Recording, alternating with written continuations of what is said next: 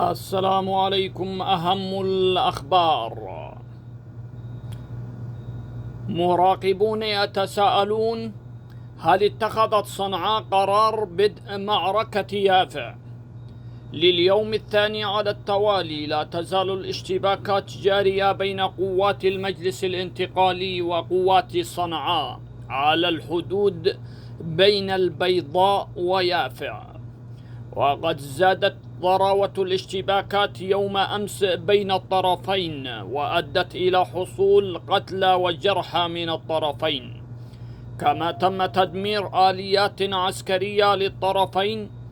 ويعتقد مراقبون أن معركة يافع والضالع سوف تكون من أكثر المعارك دموية في تاريخ الحرب اليمنية، حيث تعتقد صنعاء أن السيطرة على يافع والضالع بمثابة القضاء على القوة العسكرية للانتقال الموالي للإمارات.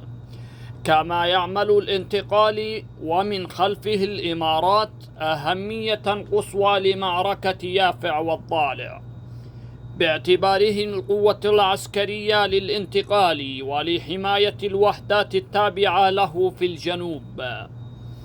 وذكرت مصادر مطلعة أن صنعاء سوف تعتمد خطة لإسقاط يافع مشابهة لإسقاط حاشد وعمران،